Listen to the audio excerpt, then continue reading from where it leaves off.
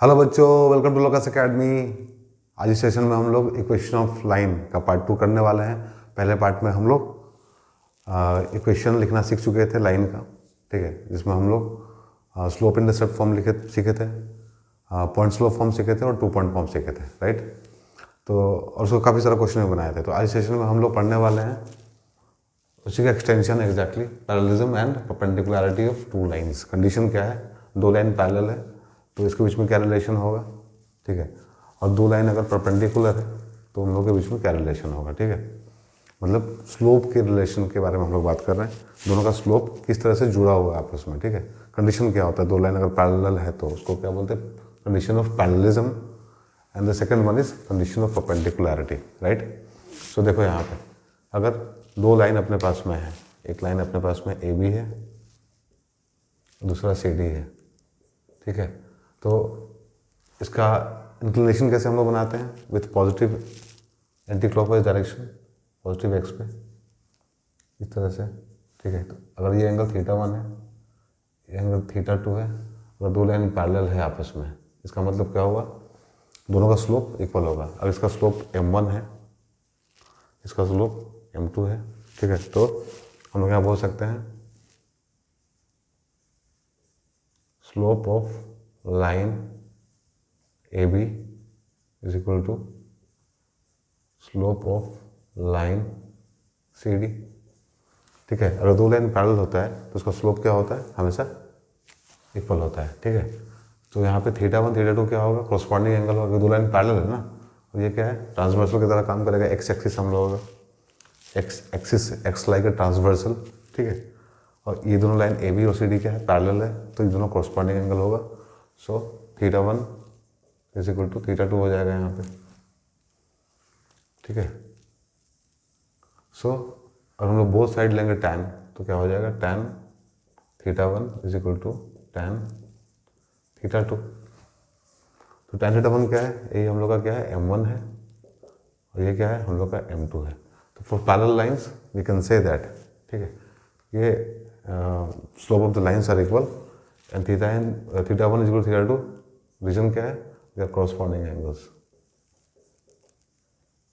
Corresponding angles, right. तो condition समझ में आया, this is the condition of parallelism, ठीक है। ये दोनों लाइन पैरेलल है तो उसका स्लोप दोनों का बराबर होगा। Now come to the next one, the condition of perpendicularity, ठीक है। अब हम लोग यहाँ मान लेते हैं अगेन, ये लाइन हम लोग का क्या है, ए बी है, और ये लाइन जो हम लोग का वो है C D, right. A B और सी डी दो लाइन हम लोग के पास में है, और ये दोनों लाइन जो है परपेंडिकुलर है आपस में, दिस इज 90 डिग्री। दोनों लाइन क्या है, परपेंडिकुलर है आपस में, और ये जो लाइन है ए बी वो एक्स एक्सिस के साथ में एंटी क्लॉकवाइज डायरेक्शन में थीटा एंगल बना रहा है, ठीक है, और ये 90 है, तो ये क्या हो जाएगा, दिस इज 90 प्लस थीटा। कैसे, क्यों होगा ये, क्योंकि हम लोग पढ़ चुके हैं बचपन में ही एक्सटीरियर एंगल प्रॉपर्टी, ज्योमेट्री में हम लोग पढ़े हुए हैं एक्सटीरियर एंगल प्रॉपर्टी, ठीक है। तो एक्सटीरियर एंगल प्रॉपर्टी से, और ये थीटा 90 है, तो ये दोनों का सम होता है ये वाला एंगल, एक्सटीरियर एंगल, ठीक है। तो 90 प्लस थीटा हो जाएगा, राइट। नाउ इसका स्लोप मान लो m1, इसका स्लोप मान लो m2, ठीक है। So slope of A B is equal to m1 and slope of C D is equal to क्या हो जाएगा, m2, ठीक है। अगर m1 स्लोप है, ठीक है, इसका इंक्लिनेशन कितना है, थीटा है, ठीक है, with x axis anti clockwise direction में हम पॉजिटिव लेते हैं स्लोप को, ठीक है, तो ये क्या हो जाएगा, theta. So we can say this is equal to tan theta, ठीक है। और again anti clockwise direction X के पॉजिटिव में, मतलब हम लोग कैसे लेंगे यहाँ पे 90 plus theta, the slope of this line m2 क्या हो जाएगा, tan 90 प्लस थीटा, राइट। बहुत सिंपल है समझना, ठीक है। इंक्लिनेशन हम लोग कैसे बेसिकली स्लोप कैसे निकालते हैं, हम लोग जो मेजरमेंट होता है हम लोग एंगल का, वो कैसे होता है हम लोग पढ़े थे पहले सेशन में, कि हम लोग एंटी क्लॉकवाइज डायरेक्शन में लेते हैं एग्जैक्ट इंक्लिनेशन को, ठीक है, स्लोप को। तो एंटी क्लॉकवाइज डायरेक्शन में 90 प्लस थीटा यहाँ लिए, तो slope of m1 tan theta, slope of m2 tan 90 plus theta, और tan 90 प्लस थीटा क्या होता है? Minus cot theta, right. Trigonometry के हिसाब से होता है minus cot theta, right. So देखो यहाँ पे अगर हम लोग एक रिलेशन निकालें यहाँ पे m1 इंटू m2 का, तो क्या मिलेगा हम लोगों को? और हम दोनों को मल्टीप्लाई कर दें हम लोग m1 m2 को, तो क्या मिलेगा? यहाँ मिलेगा tan theta into minus cot theta, this is tan theta into 1 by minus tan theta, this is minus 1। So you can say m1 to m2 is equal to minus 1। तो दोनों slope का जो प्रोडक्ट है वो क्या आएगा? Minus 1 आएगा। This is the condition of parallelism and this is the condition for perpendicularity, ठीक है। ये कंडीशन क्या है हम लोग का? पैरेललिज्म का है, और ये कंडीशन जो है वह परपेंडिकुलरिटी का। दोनों को स्लोप करके, दोनों के स्लोप को मल्टीप्लाई करके अगर माइनस 1 आता है तो लाइन्स आर परपेंडिकुलर। अगर दोनों का स्लोप बराबर है इसका मतलब लाइन्स आर पैरेलल। वैसे भी समझ लो ना, दो स्लोप है, दो स्टिप वे है, रास्ता है हम लोग के पास में, दोनों का स्लोप, दोनों का एंगल बराबर है, इंक्लिनेशन बराबर है, मतलब दोनों क्या है? पैरेलल ऑब्वियसली, ठीक है। परपेंडिकुलर में क्या होता है? माइनस 1 होता है दोनों का प्रोडक्ट, तो m1 m2 is equal to minus 1, ठीक है। तो इसको समझने के लिए कुछ हम लोग PYQs करते हैं, जो पहले एग्जाम में पूछ चुका क्वेश्चन, उस तरह का क्वेश्चन करते हैं हम लोग यहाँ पे। अंडरस्टैंडिंग हम लोग का बढ़ेगा उससे, और समझ में आएगा इसको अप्लाई कैसे करना है क्वेश्चन में। सो चलो मूव करते हैं क्वेश्चन की तरफ, ठीक है। देखो बच्चे, हम लोग क्वेश्चन लिए, पहला क्वेश्चन दूसरा क्वेश्चन, दोनों क्वेश्चन आया हुआ है पहले एग्जाम में, ठीक है। तो यहाँ पे देखो, यहाँ पे क्या है? Lines this and this are parallel, find the relation between A and B. दोनों लाइन पैरेलल है तो ए और बी के बीच में रिलेशन निकालना है। यहाँ पे ए, यहाँ पे बी है, दोनों के बीच में क्या निकालना है? रिलेशन निकालना है, ठीक है। तो सबसे पहले लाइन लिख लो यहाँ पे, गिवन लाइन्स है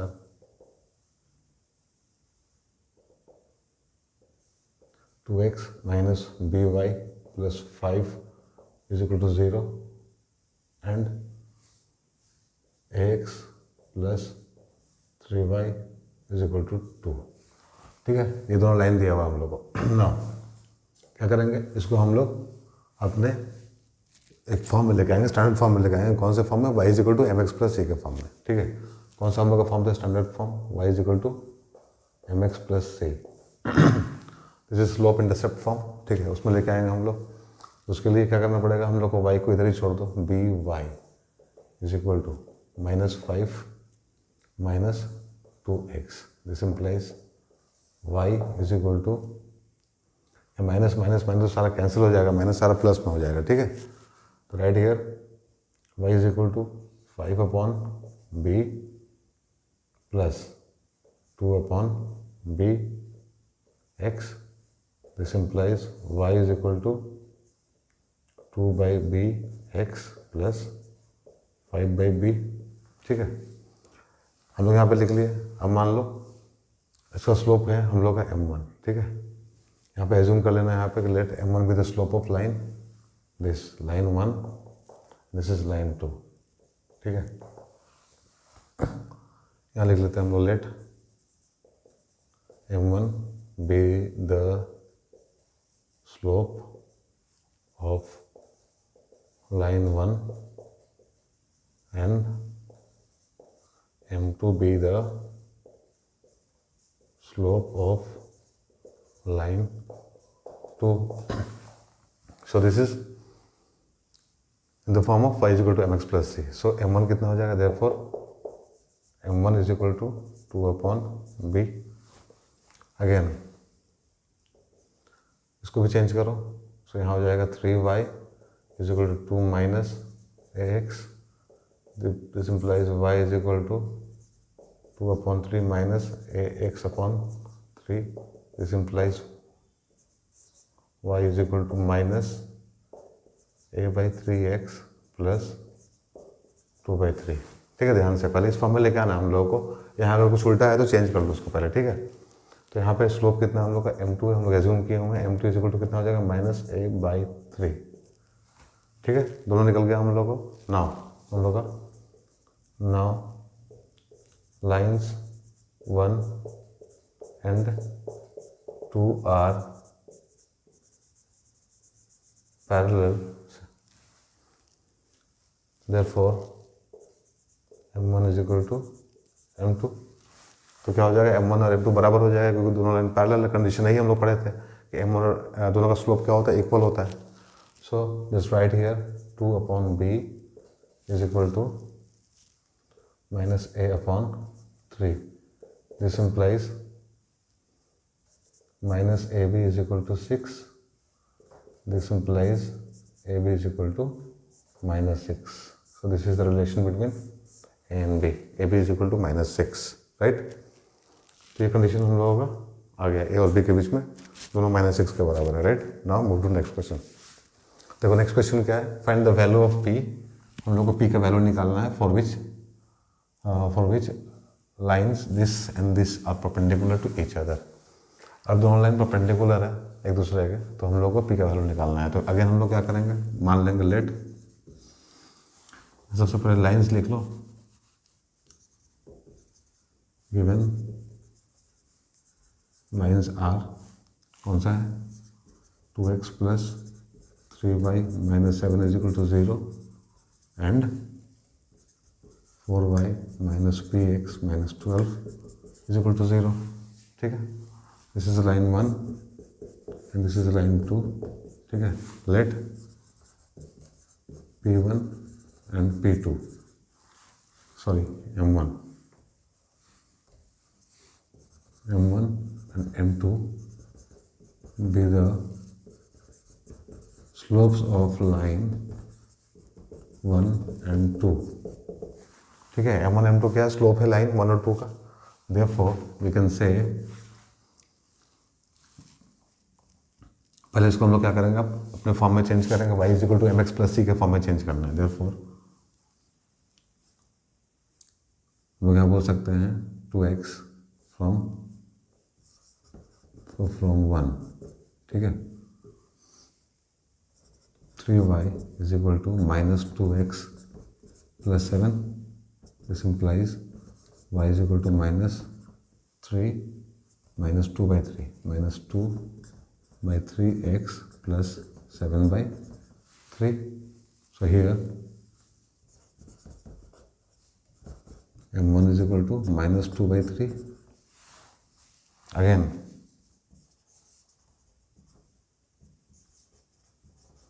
from 2 क्या हो जाएगा, 4y is equal to px + 12। so here m2 is equal to p/4। यहाँ पे सॉल्व कर दो, y इज इक्वल टू क्या हो जाएगा, p/4 + 12/4 कितना होता है, 3 होता है, राइट? तो यहाँ पे x, ओके, कितना हो गया, तो m2 कितना आ गया, p/4 आ गया हम लोगों का। m1 कितना था, m1 is 2/3, m2 is p/4। ठीक है, सिंस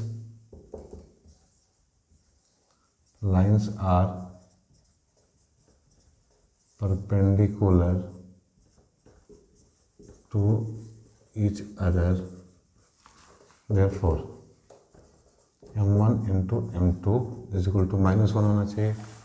फाइन, इन दोनों का मल्टीप्लिकेशन, इन दोनों का प्रोडक्ट कितना होना चाहिए, -1 होना चाहिए।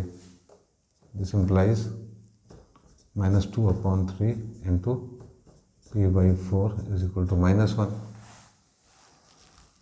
ठीक है, सो यहाँ पे हो जाएगा 2/3, ये हो जाएगा -2 p/12 इज इक्वल टू -1। यहाँ से क्लियरली हम लोग को दिख रहा है p is equal to 12/2 is equal to 6। ठीक है,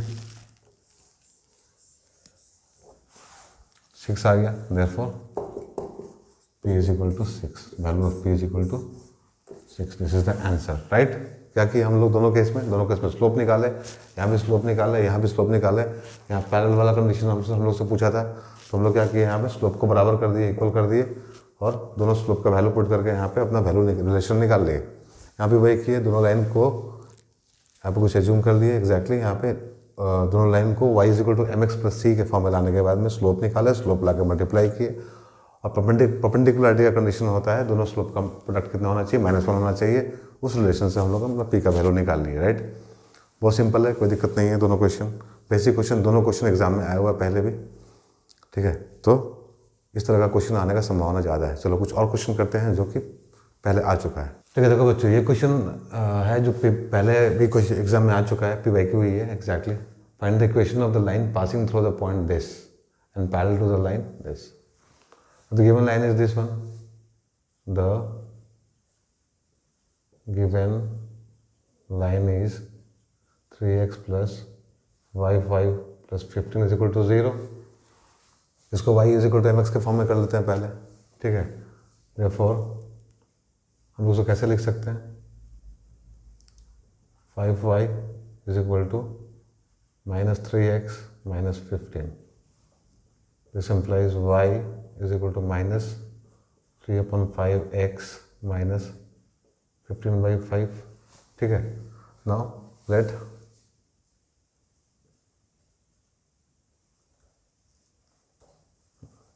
ऐसे लिख लें यहाँ पे स्लोप, आप इसको 1 मान लेते हैं, ठीक है। या 3 भी लिख सकते हैं, कोई दिक्कत नहीं कट करके। तो स्लोप ऑफ लाइन 1 इज -3/5, इसका स्लोप निकाल लिया हम लोग, ठीक है। सो हम लोग को जो लाइन का इक्वेशन निकालना है, इक्वेशन जिस लाइन का निकालना है एग्जैक्टली, वो पास कर रहा है इस पॉइंट से and parallel to the line this, ठीक है। So we can say line, the required line is parallel to line 1, so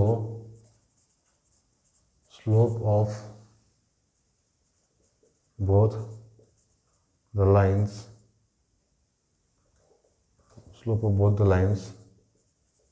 are same, ठीक है। The required line is parallel to the line 1, so slope of both the lines are same, that is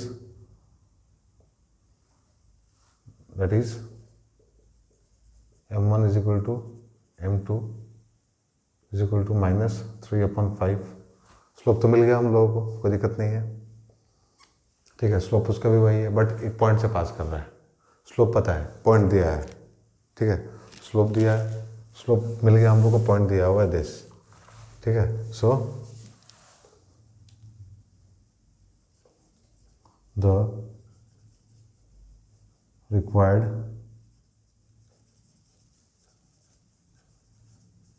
equation is कितना हो जाएगा,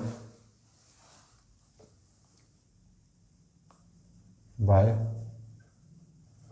point slope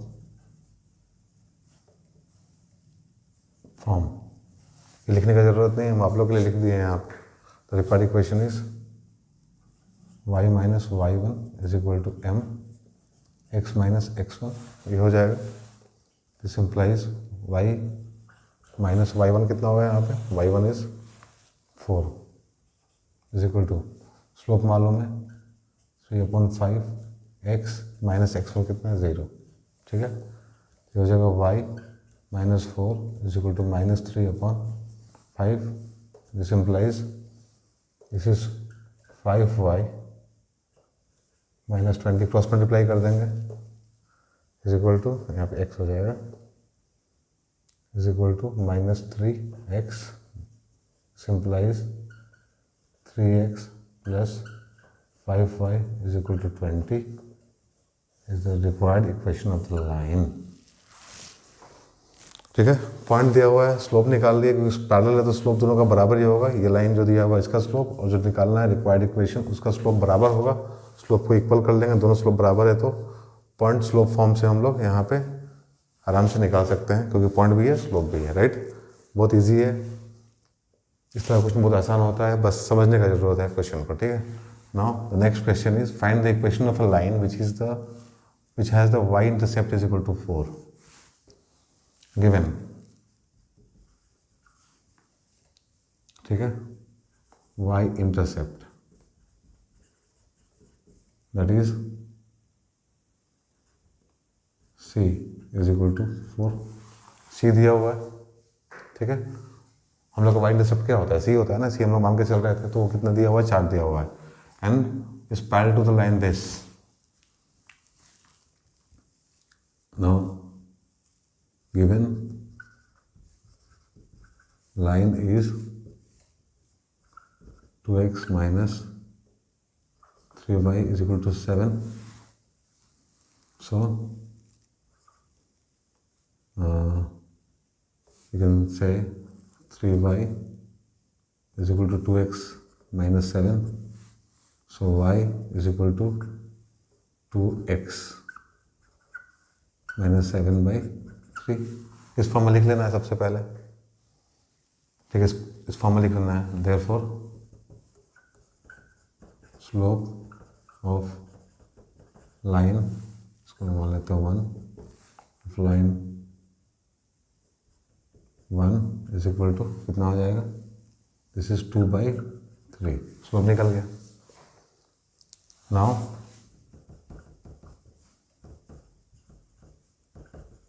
required line is parallel to line 1, so their slopes are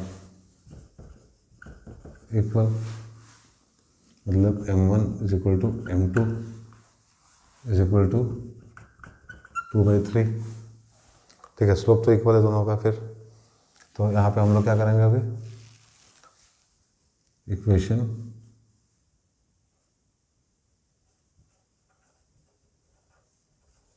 so required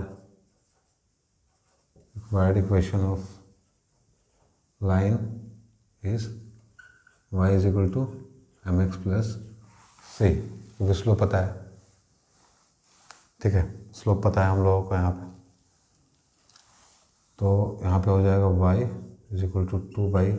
intercept भी बताया ना यहाँ पे, slope intercept form से निकाल सकते हैं। This is slope intercept form, तो y is equal to this x plus 4 plus 3y is equal to 2x plus 12, so 2x minus 3y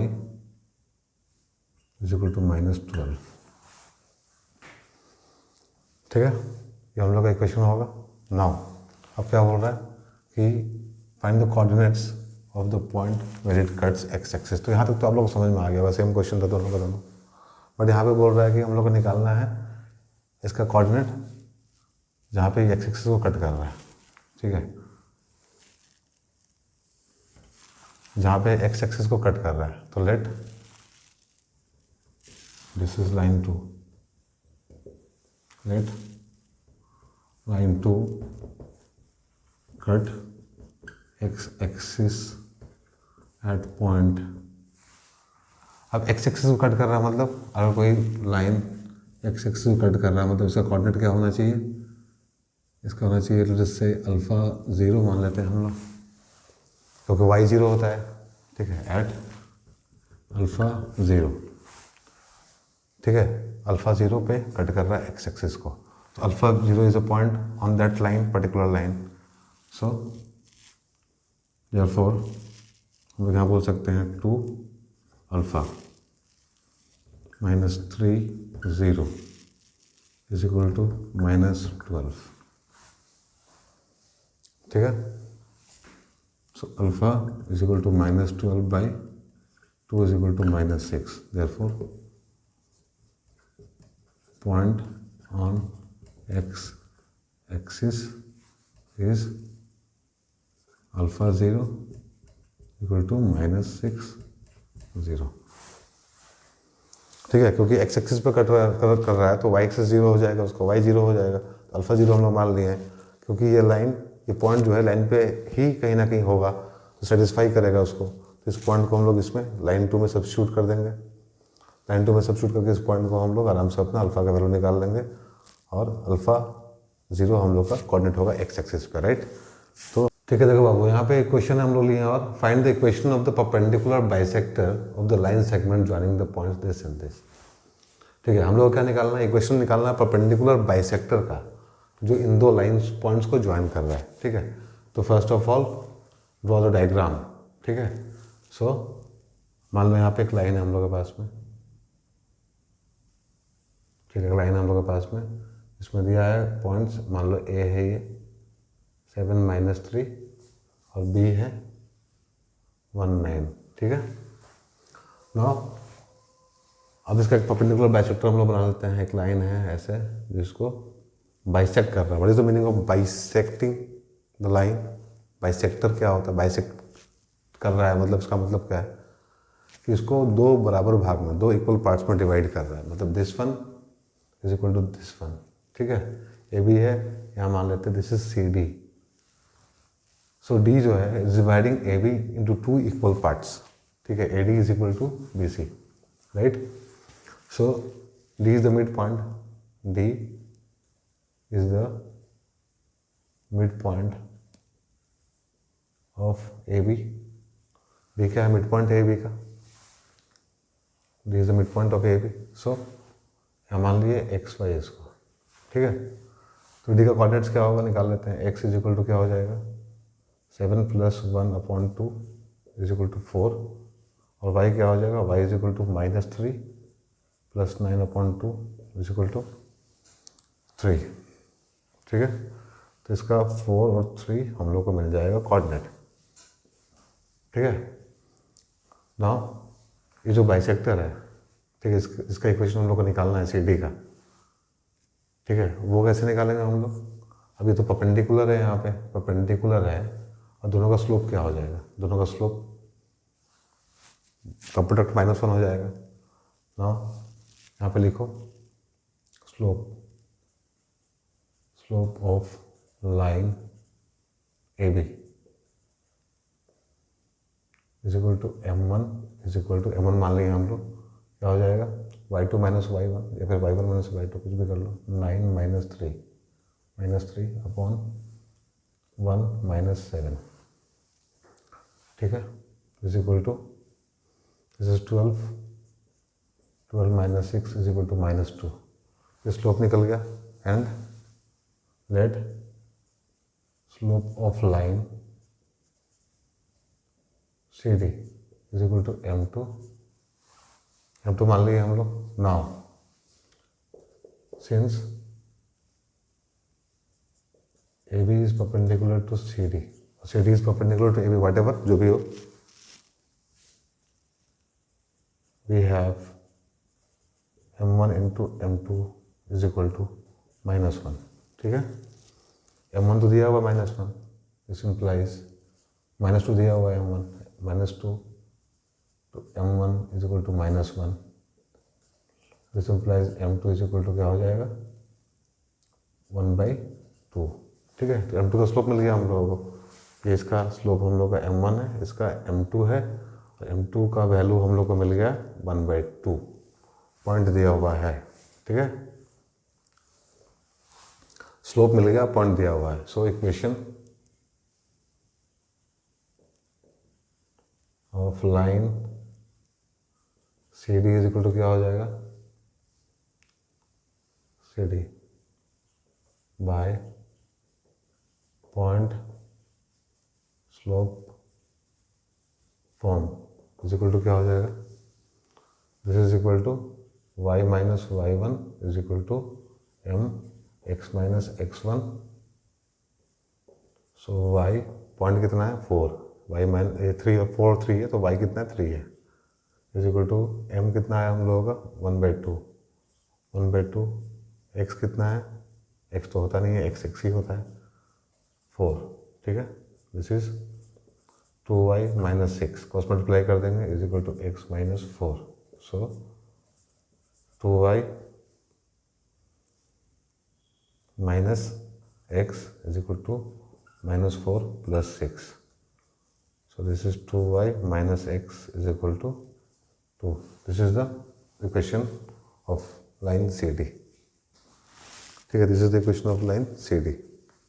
minus sign एक बार चेक कर लो, ये हुआ तो 9 minus 3 12 and 7 minus 1 minus 7, yes yes yes, this is -2, slope निकल गया यहाँ से हम लोगों का, स्लोप -2 है तो -2, this -1, so 1/2, okay no problem, ठीक है। So this is the equation, required equation, right, ठीक है। Now this question,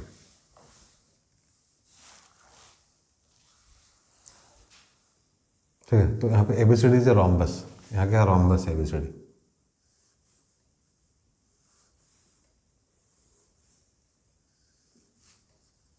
A B C D से रोम्बस, ठीक है। रोम्बस तो पता ही है क्या होता है, ठीक है। रोम्बस में क्या होता है, all sides are equal and perpendicular bisect each other, perpendicular bisect each other at right angle, ठीक है। ये राइट एंगल होता है, राइट एंगल, ठीक है। Perpendiculars bisect each other at right angle, तो मान लो यहाँ पे ओ पे ये दोनों sorry diagonals bisect each other at right angle, तो दोनों डायगोनल यहाँ पे क्या कर रहा है, बाइसेक्ट कर रहा है एट राइट एंगल, फाइन। ना ए और सी का कोऑर्डिनेट दिया हुआ है, ए का दिया हुआ है 3 6 और सी का दिया हुआ है -1 2, ठीक है। अब ओ क्या है, O is the mid point of A C, ठीक है, here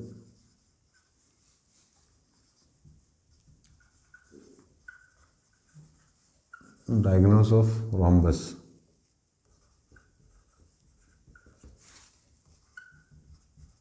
bisect each other at right angle, so क्या बोल सकते हैं हम लोग, so OA is equal to OC and OB is equal to OD, तो क्या है, O is the mid point of AC, so इसका कोऑर्डिनेट क्या होगा, XY, ठीक है। therefore x is equal to 3 plus -1/2 is equal to 1 and y is equal to 6 plus 2/2 is equal to 4, ठीक है। तो एक्स वाई का मिल गया, मतलब कोऑर्डिनेट कितना होगा हम लोगों का, कोऑर्डिनेट ओ का लिख लो यहाँ पे, जो ओ का कोऑर्डिनेट होगा कितना होगा, 1 4 होगा, दिस इज 1 4, ठीक है। हम लोग को मिल गया कोऑर्डिनेट ओ का, हम लोग को निकालना है बीडी का इक्वेशन निकालना है, बीडी का इक्वेशन कैसे निकालेंगे, ठीक है। तो हम लोग को स्लोप से निकालना, स्लोप निकालना पड़ेगा उसका बीडी का पहले, तो यहाँ पे देखो, क्योंकि यहाँ पे क्या है, A C here, AC is perpendicular to BD, ठीक है। नाउ स्लोप ऑफ AC कितना हो जाएगा, दिस इज 6 - 2 6 - 2 3 - -1, तो this is 4/4 is equal to 1, ठीक है। तो AC का स्लोप कितना आया, 1 आया। नाउ स्लोप ऑफ BD निकालो, BD कितना हो जाएगा, ये दोनों परपेंडिकुलर है AC और BD, तो हम लोग यहाँ बोल सकते हैं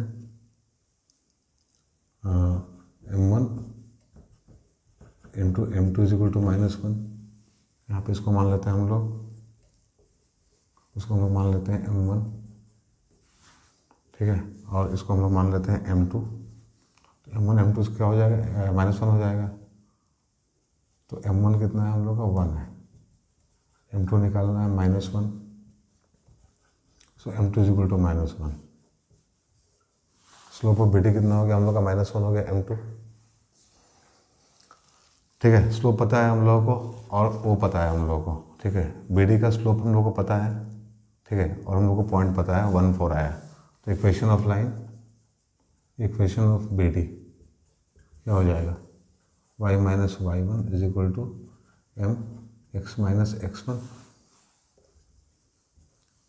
सिंप्लाइज y - y1 कितना हो जाएगा, 0.4 इज इक्वल टू, मतलब पॉइंट क्या है, y1 4 है, m कितना दिया हुआ, -1 x माइनस x1 कितना हो जाएगा, -1, सॉरी 1, ठीक है। This y -4 is equal to -x + 1, so this is x + y is equal to 5.